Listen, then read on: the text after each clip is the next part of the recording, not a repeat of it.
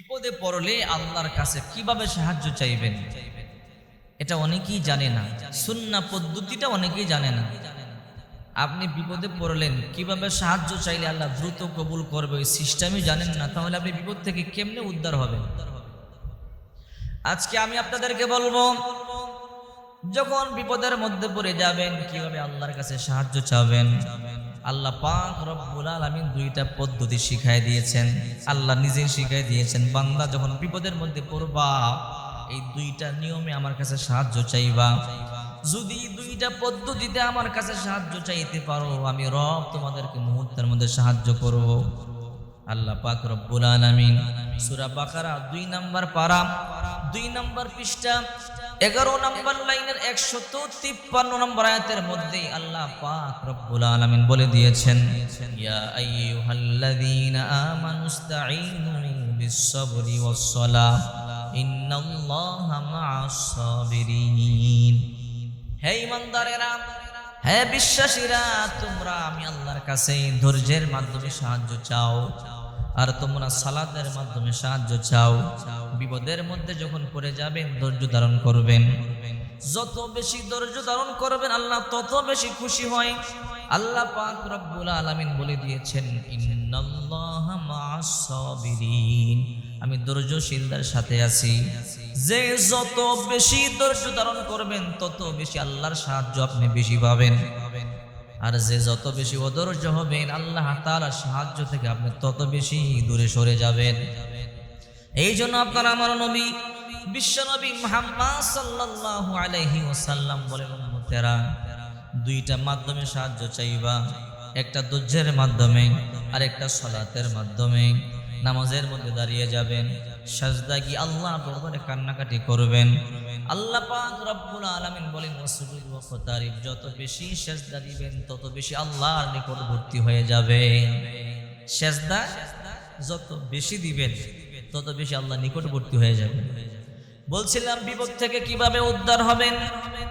বিপদে পড়লে আল্লাহর কাছে কেমনে সাহায্য চাবেন। 1 নম্বর পদ্ধতি হলো ধৈর্য ধারণ করবেন।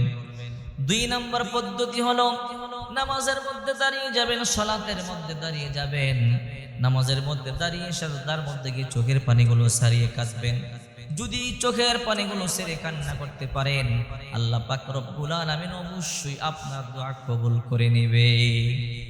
দেখেন না, আবু সাঈদ আল-খুদরি রাদিয়াল্লাহু তাআলা আনহু বলেন, বিশ্বনবী মুহাম্মদ সাল্লাল্লাহু আলাইহি ওয়াসাল্লাম মসজিদের মধ্যে প্রবেশ করলেন। আল্লাহর হাবিব দেখলেন একজন যুবক আনসারী সাহাবী নাম তার আবু উমামা চোখের পানিগুলো সারিয়ে কাঁদছে। আল্লাহর হাবিব বললেন, কি রে আবু উমামা, মা লাকা ইয়া আবু উমামা, মাইবু কি, কেন কাঁদছো, কি হয়েছে? এখন তো নামাজের সময় নাই, মসজিদের মধ্যে কেন আসলাম?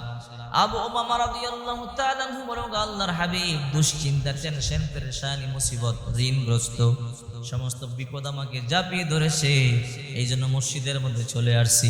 আল্লাহর হাবিব বলে, আবু উমামা শোনো, তোমাকে একটা দোয়া শিখায় দেই। যদি সকাল সন্ধ্যা এই দোয়া পড়তে পারো আল্লাহ পাক রব্বুল আলামিন তোমাকে সমস্ত বিপদ থেকে হেফাজত করবে, ঋণ পরিশোধ করে দিবে, আল্লাহ তোমাকে ধনী বানায় দিবে।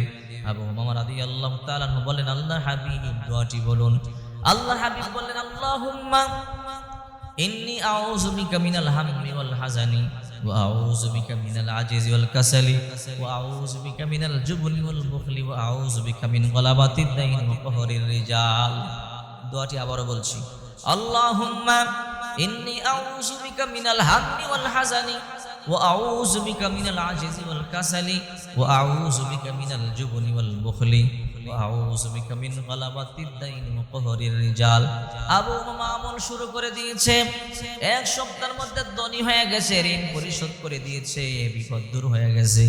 আল্লাহর হাবিবকে বলে, নবীজি আমল শিখাই দিয়েছেন, আমলের মাধ্যমে আমার বিপদ দূর হয়ে গেল, মুসিবত দূর হয়ে গেল, আল্লাহ আমার ঋণ পরিশোধ করবার তৌফিক দিয়েছে, অনেক টাকার মালিক আমাকে বানিয়ে দিয়েছে। ও আল্লাহর হাবিব, এখন আমি ধনী হয়ে গেছি। আবু দাউদ শরীফের 1505 নম্বর হাদিস, 1555 নম্বর হাদিস, ভালো করে মনে রাখবেন। 1555 নম্বর হাদিস সুনান আবু দাউদ শরীফের। এই দোয়া যদি আপনি পড়তে পারেন, আল্লাহ ঋণ পরিশোধ করার তৌফিক দান করবে, অর্থের মধ্যে বারাকা দান করবে, কোটি কোটি টাকার মালিক বানাবে। আল্লাহ তাআলা অবশ্যই বিপদ দূর করে দিবে। আরেকটা দোয়া আছে, লা হাওলা ওয়ালা কুওয়াতা ইল্লা বিল্লাহ। এই দোয়া বলে রিজিক বাড়ে, ঋণ পরিশোধ হয়, আল্লাহ তাআলা ধন সম্পদের মধ্যে বারাকা দান করে।